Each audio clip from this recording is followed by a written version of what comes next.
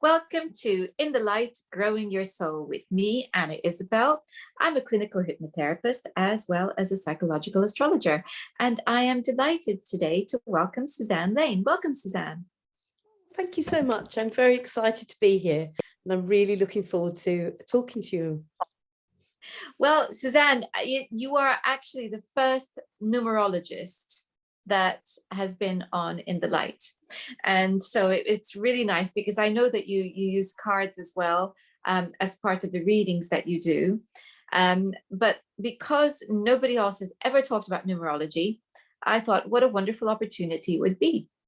Oh, well, that's lovely. I'm looking forward to it. And as I often do, I thought I'd begin by looking at your chart. And now you did a reading for me a couple of months ago.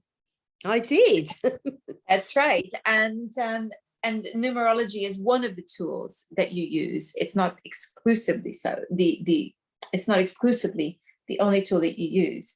And so I was thinking about psychic ability and wondering, where I might find it. But it is in the usual. It's where I might suspect it to be. So here it is. You've got the moon and Mars very close together in the 12th house. And for people who regularly watch either In the Light or my astrology program, Lightways, they will be very familiar with this because the 12th house crops up with so many of my guests because it is the mystical house of the chart. This is the house that pertains to the pre-birth period. It's also quite informative about past lives, but pre-birth as in the in utero period as well. And when we're looking into deep ancestry, the 12th house also has a lot to say. So to find someone who is psychic with such a strong combination in the 12th house is not unusual. It's exactly what I would expect to see.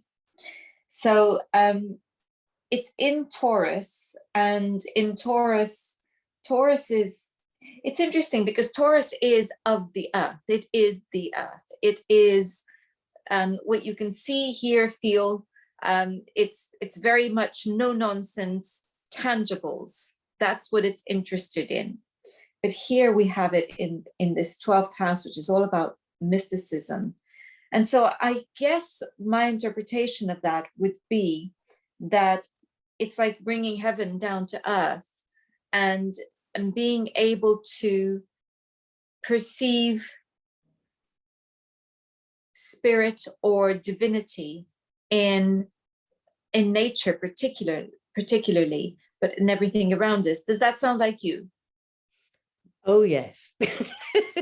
I'm incredibly down to earth with my spirituality and also in the way that I perceive it.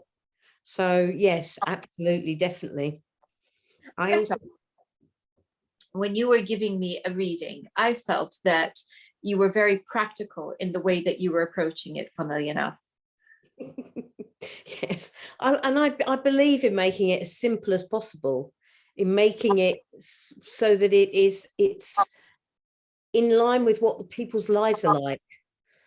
And so you're not challenged in trying to understand what's going on and what's going on in your life, but it's just become simple and part of your life.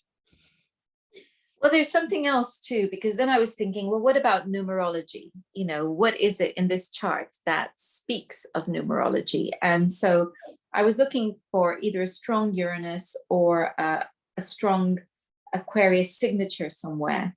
And so I see the midheaven, which is the area of the chart that relates to vocation and career in the sign of Aquarius. So have you always loved numbers, or excuse me, what is it about numbers? Well, I mean, I'm sort of, in many ways, I'm almost like a split personality, because as a child, I was incredibly psychic, but I've always been mathematical. So, I mean, I was a multinational property underwriter for years. I looked after some of the huge companies and traveled all over America, looking after international programs of massive big companies. So, and then I just gave it all up and decided to follow a completely different path. Well, there you go. And interestingly, Taurus has very strong links with property. So I think it's the sign of the estate agent, really. Taurus. Well, I was I was insurance. So I was a multinational property underwriter though. So I had to analyze and numerically understand what their value was so yes, absolutely. Couldn't be more right. So you are bringing, heaven down to earth in a sense, although for those who have studied sacred geometry, we know that there is something about number that is very much about the divine and spirit. So can you tell us a little bit about that? The numerology itself, you'd like to? Yes. Well, the way that I see it is that it gives you an insight into that energetic code that's around us all the time. So it's a bit like a sort of sequence that tells us what's going on in our life and what's going to happen to us. So it's unlocking that code, finding that way in so that we can see why sometimes things are a little bit difficult. And also by understanding that code, you can then understand how you might make your life a little bit easier. So the way I like to do things is to explain to people, first of all, what their numbers are, why it might be difficult. So, for example, if you're a 6, that's all about love and responsibility, but it's also about self-love. So, for example, if you were in a difficult situation, say you were born and then given away, then self-love might be very difficult if you're a 6 to cope with that. But then if you were a 4, you might not find that so difficult, and you might because that's all about building, so you might move in a different direction. So I see that numerology provides us with a bit of a code to understand ourselves, so that we can look in to see what makes us tick and why we respond to things the way that we do. And the best way to transform ourselves is to understand ourselves. So I think for me, what's also interesting is the idea that every number has an energy, a vibration that's attached to it.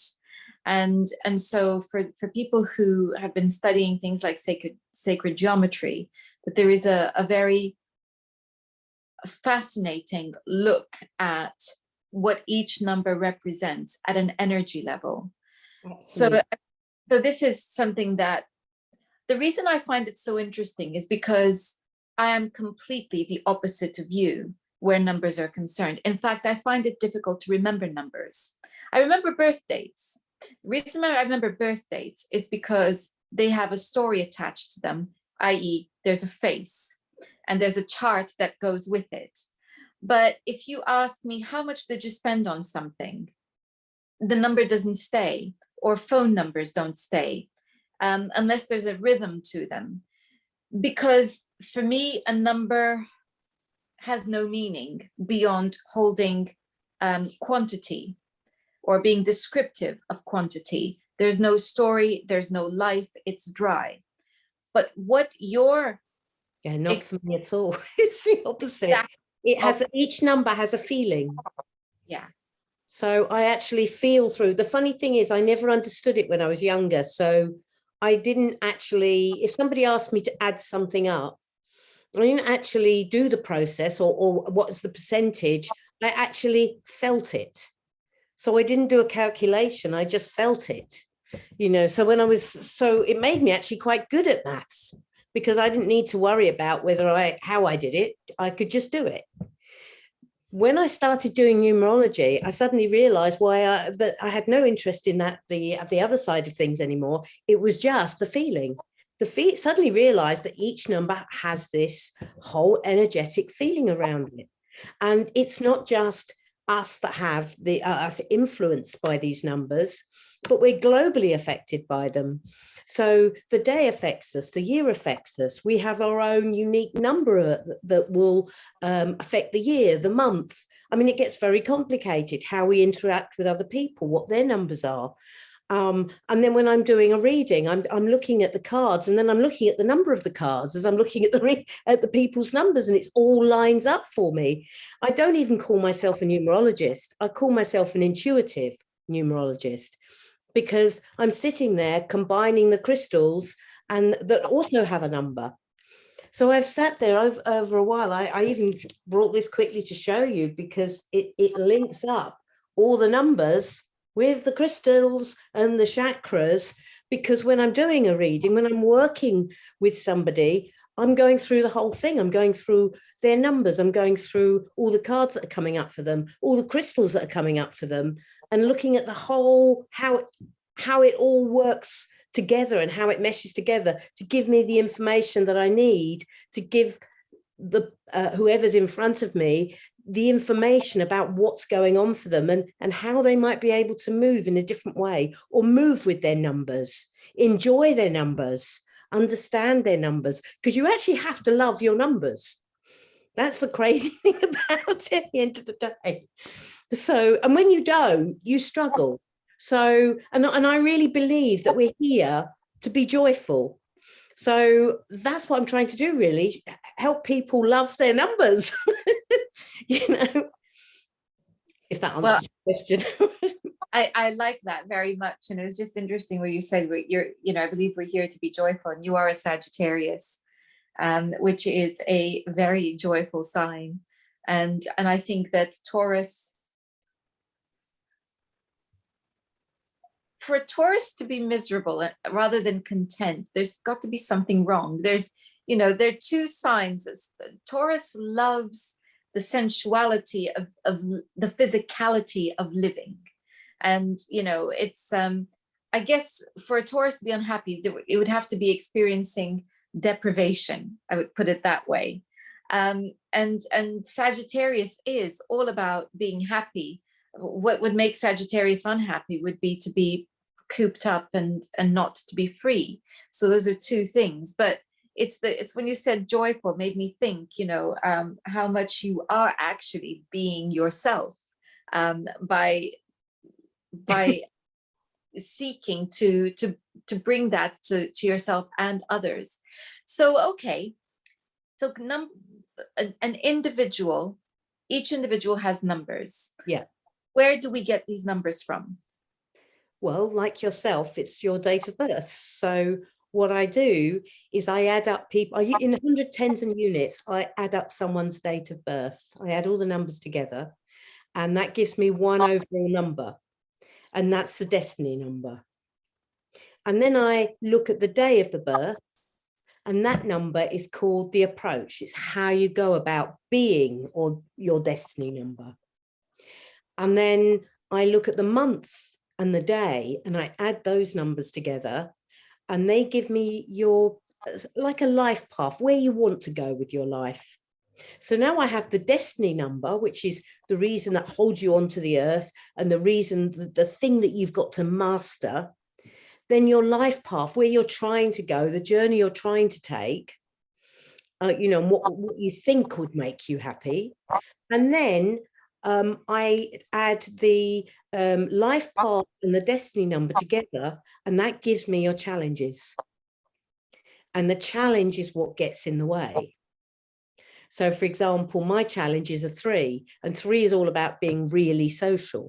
So I do have to be really careful, because if, my destiny number, I'm busily trying to do it, and then all of a sudden I get a phone call and someone says, "Ooh, would you like to do this?" And I say, "Oh yes, that's great," and off I go. So that 3 can be very difficult sometimes, and I have to be very careful with it, so that I don't go whizzing off and not doing what I need to do in order to stay on my destiny number and stay with what I need to do. So I love that. That is so Sagittarius as well. That sounds like a good idea. And being in that moment and being very impulsive. and means that you can be easily distracted, which incidentally, you have Gemini rising. And there's nothing more easily distracted than Gemini. It's just everything is a good idea. It's a magpie for collecting ideas. It's, you know, here, there, and everywhere. That's the joy of being alive for Gemini, is, you know, exploring, experimenting, and moving on, always moving on. Something in common with Sagittarius, but Sagittarius does have a more serious side to it, from the point of view that it actually has an aim, it has a purpose. So if you think it's the centaur, so it's half horse, half man, the horse being the intuitive side, the rational side being, you know, the human side, but it's the archer, it's aiming, therefore it's got a purpose. It has to aim and be true to its aim, be true to its purpose. So it's but it can be a bit wild. The centaurs were wild as well. So it's how you allow yourself to be true to your purpose without deviating too much. So that number 3 can also be seen through that imagery as well. And it's so true with me, because I trained in so many different areas.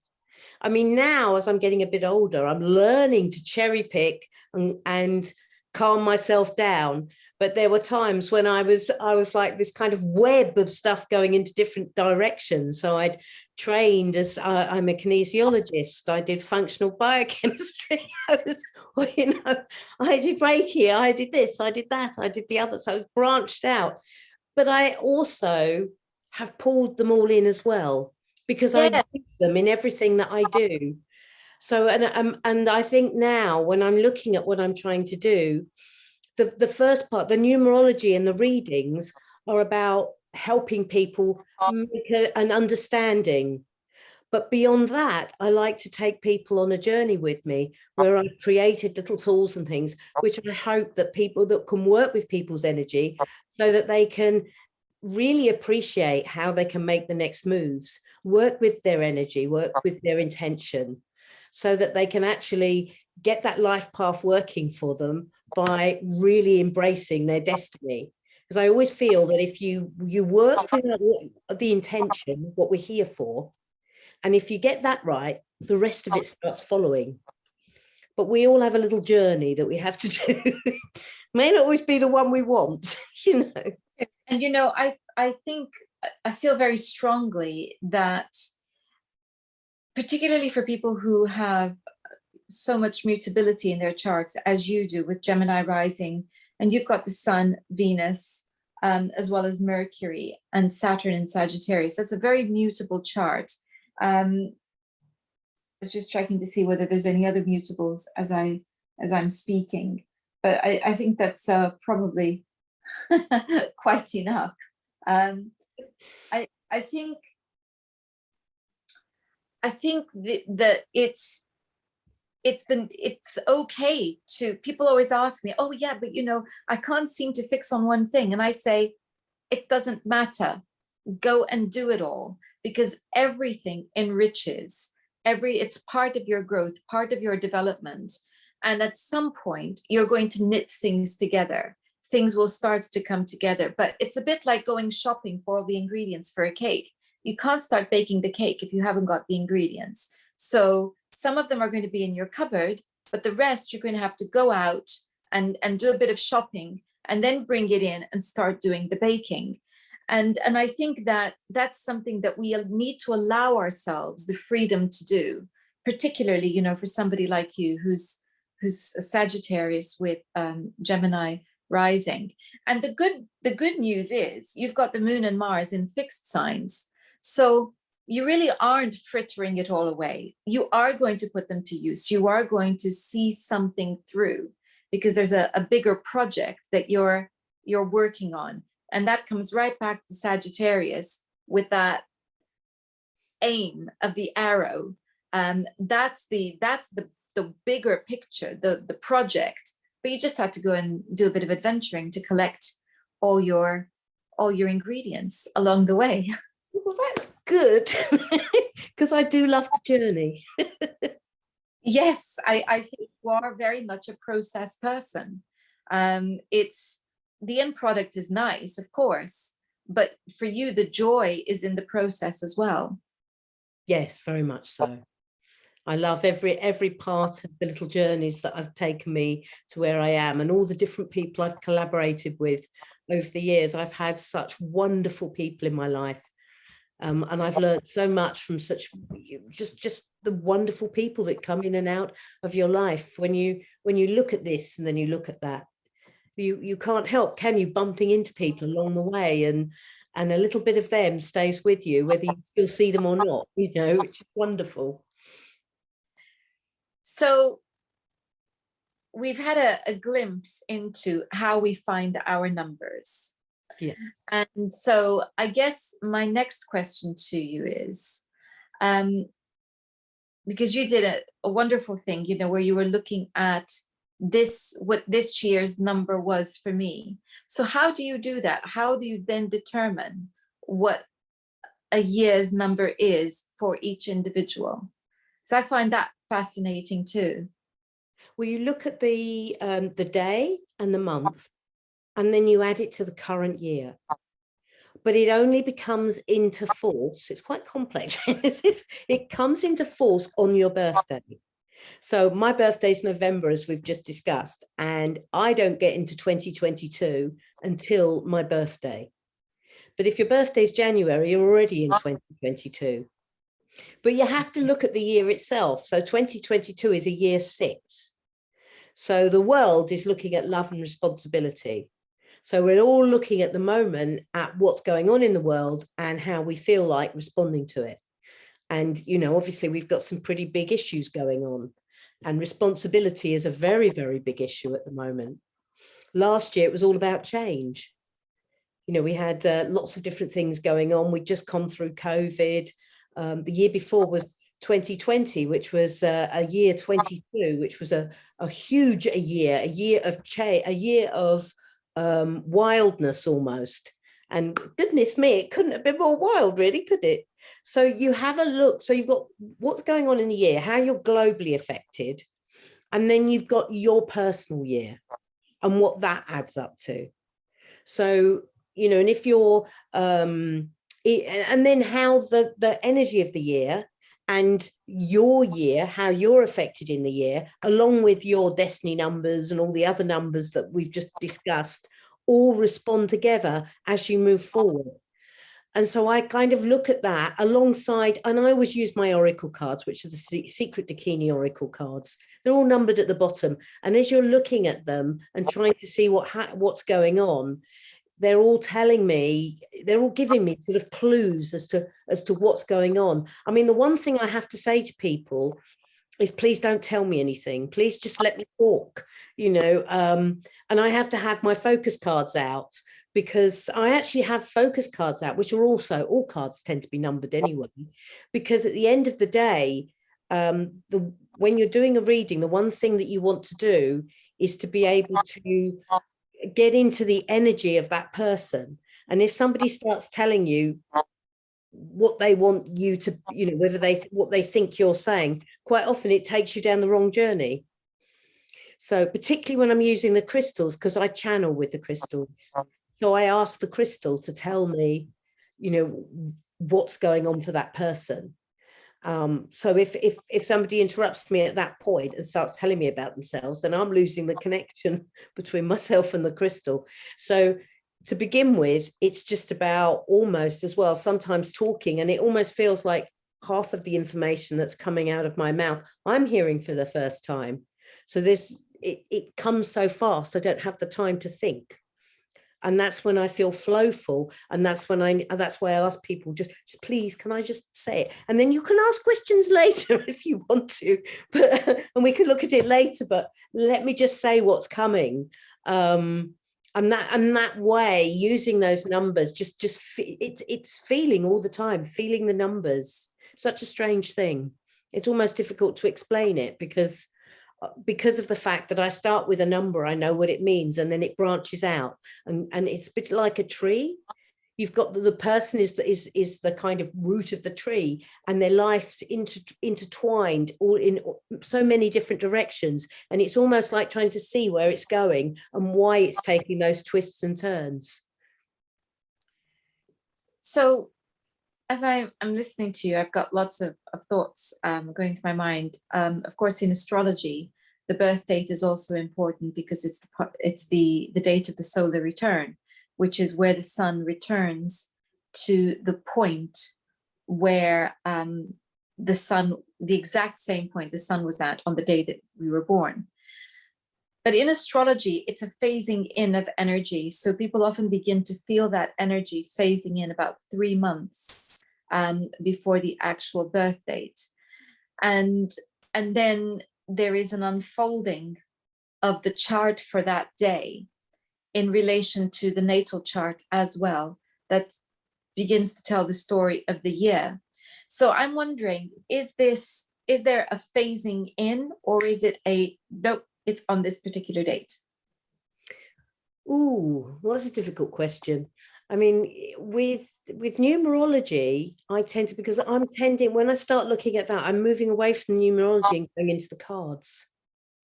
So then it becomes, so I'm using less, because in many ways, I use a very basic form of numerology. And then as I move into the cards, I'm then linked more with the person and the energy of the person, and not really so much with the numerology itself. So I'm kind of not really using it in the same way, but I'll get to that. I've gone off on a tangent, and that's where I'm getting my information from. And you know, yeah, it's definitely more to do with channeling at that point than. Well, the reason I asked the question is because until 2020, I had a very social existence. It wasn't, you know, about going out to restaurants or anything like that, but it all centered around dog walks and picnics, because I always hosted, you know, wonderful picnics to celebrate the change of the seasons. And of course, my lovely dog's birthday was always a lovely event by a lake.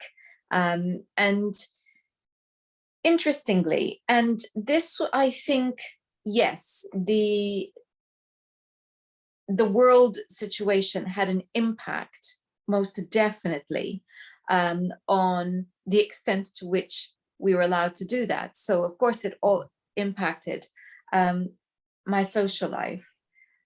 But there was more to it, because people's circumstances were just beginning to change before the world events, and already there seemed to be a contraction in that direction.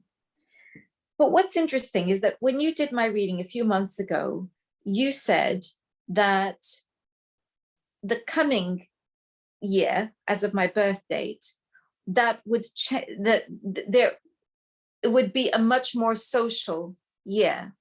Yeah, going into a thrill. And I thought, oh, okay, that would be nice, because I miss the joy of walking, you know, sometimes 5, 6, 7 dogs on a walk. You know, it's a joy, and watching them interact and play, and it's an absolute joy. And I really miss that, and I miss my picnics, etc. Now, what's interesting is that my birthday is coming up in 2 weeks' time, and last week it felt like what had been lost was coming back. So that's why I asked you about this phasing. Yeah. It is yes, it does phase in, and it phases because you'll be coming into a 3, and as you come into the 3, it doesn't happen automatically. It's just not like one day it's here and the next day it's not. It is building up, because you're almost you start preparing for it as well.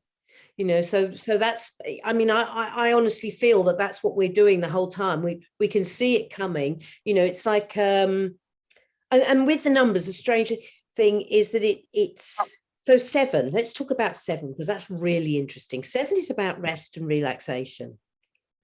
Now, if in a year 7, you go with the 7 and you go with the rest and relaxation, you can expect a year that you'll be happy and comfortable with. So 3 is a year of social. So it's asking you in a way to find some flowfulness with that 3, so join in with it, be with it, find it. With the 7, if you don't go with the rest and relaxation, then it can actually work negatively against you. So what happens is, instead of being rest, if you don't do the rest and relaxation, then the body, which is expecting to have the energy of rest and relaxation, can, if there's something underlying there, create a problem. So I had a massive problem in 2016. And I didn't bother, despite doing numerology, to look at my own numbers. Wow, how stupid is that? I had but it turned out to be a massive problem. And had I not been incredibly lucky, I would have lost my life. I had to have 3 weeks. I didn't have one symptom, or so I thought, but that's because I ignored every single one of them, and I never looked. And I was in a year 7. And it was towards the end of the year 7 that it hit me. And I ended up having to have a bypass surgery, but had I done some relaxation and restfulness, maybe I could have avoided it, but I guess, I don't know, maybe you'd say typical Sagittarians sort of blithely whiz through life without really paying enough attention, even to the things that should be in front of her. So, but when I look back and check my numbers and thought, how did I manage to get through a year without actually realizing I was in a year 7? I mean, how did I do that? I obviously, on some level, didn't want to know. That's right. And I would say also that perhaps you were meant to experience that. And why you did. Because I think that there is this interaction with energy, whereby sometimes we are meant to experience the unpleasant stuff, because it's a prod to get things sorted out. And maybe you needed to go through that experience as a wake-up call to say, hello. Well, it did make me start looking more carefully at my own. I'm so busy looking at other people, I actually forgot to look at myself. And then I did, I thought, oh.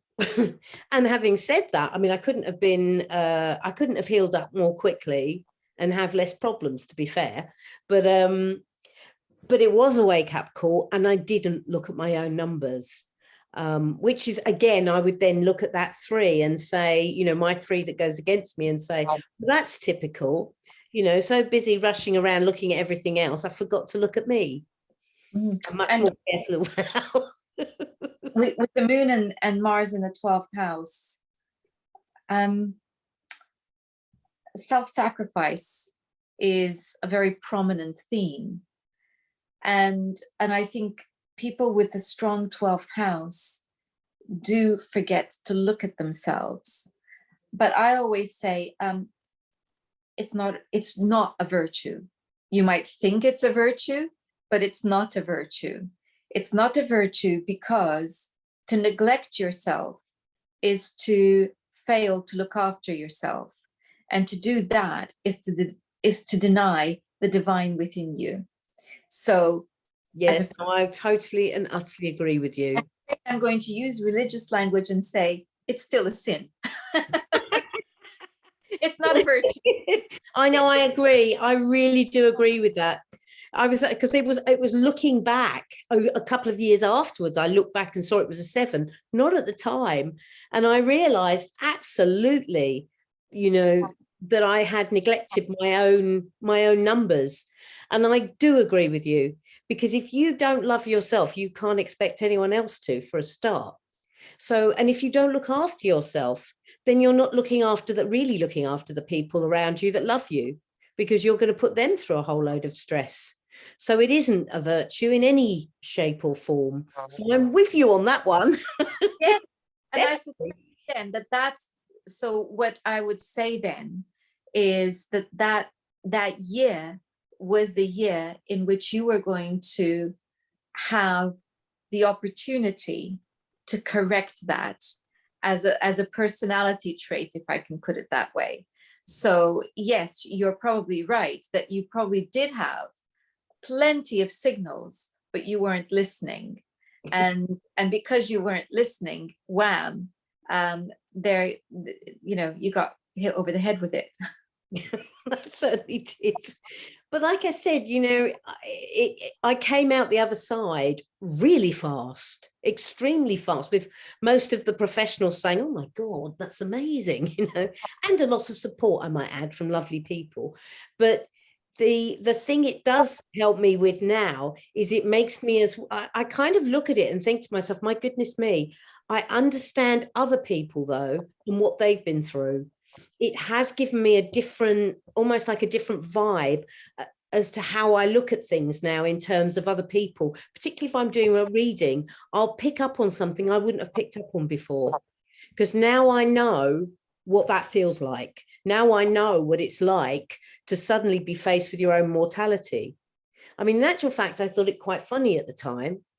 And I remember the last thing, I literally remember going in laughing and thinking, oh, I'm going to find something out. I'm either going to find out something, or I'll wake up. And I thought it was quite funny, which I suppose is a bit odd, I can't tell you how much that's Sagittarius.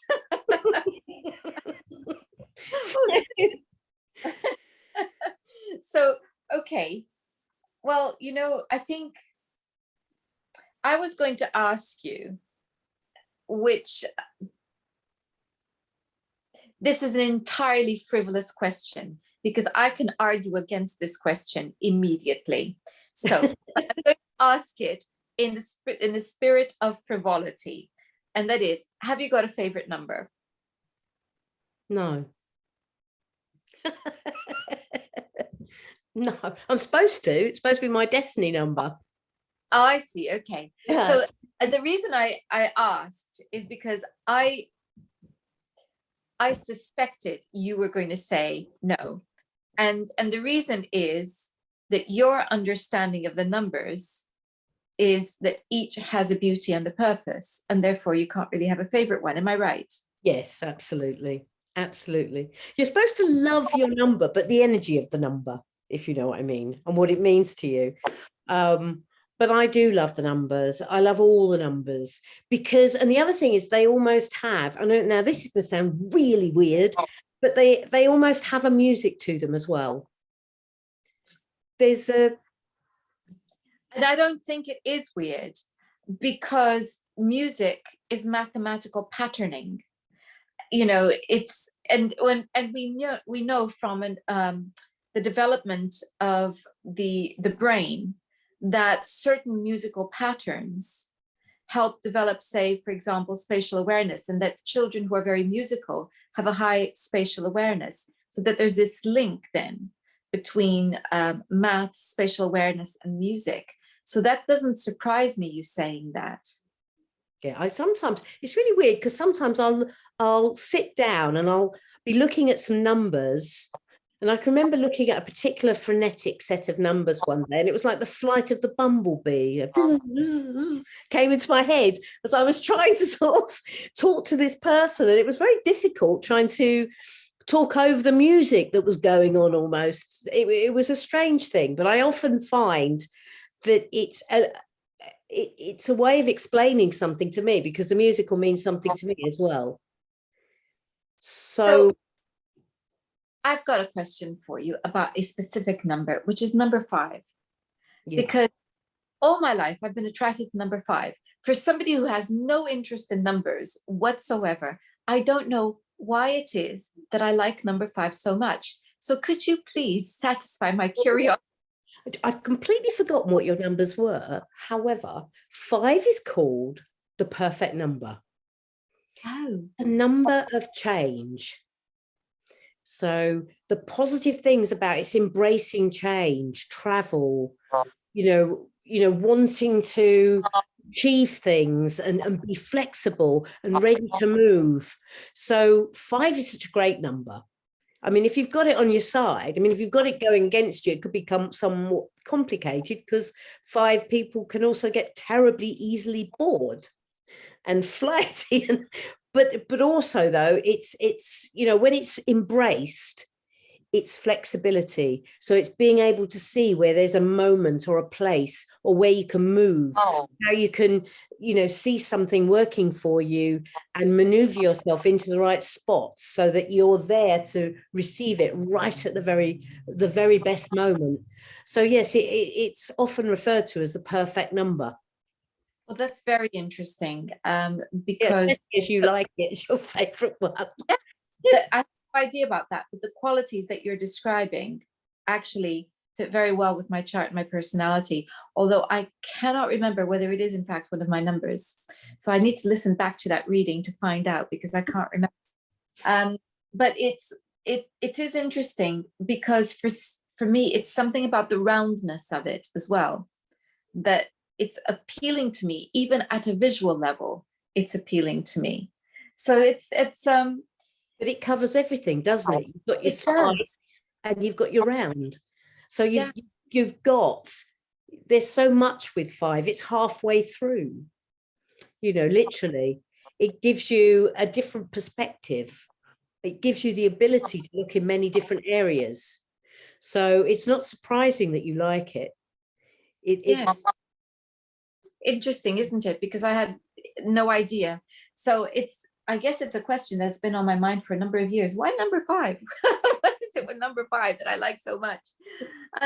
Well, do you know, Suzanne, I think that this has been a marvelous introduction, and I will credit you with doing what I believed to be impossible, to help me a fluffy, warm, and attractive side to numbers. And that oh, I love it. Great credit. Live in my mind, which is exactly what needs to happen for me to take any interest in them whatsoever. So thank you. Now, if people want to get in touch with you, how do they do that? Oh, well, if you go to my website, which is www.lifequest.co.uk, I can be found there. And my name, obviously, is Suzanne Lane.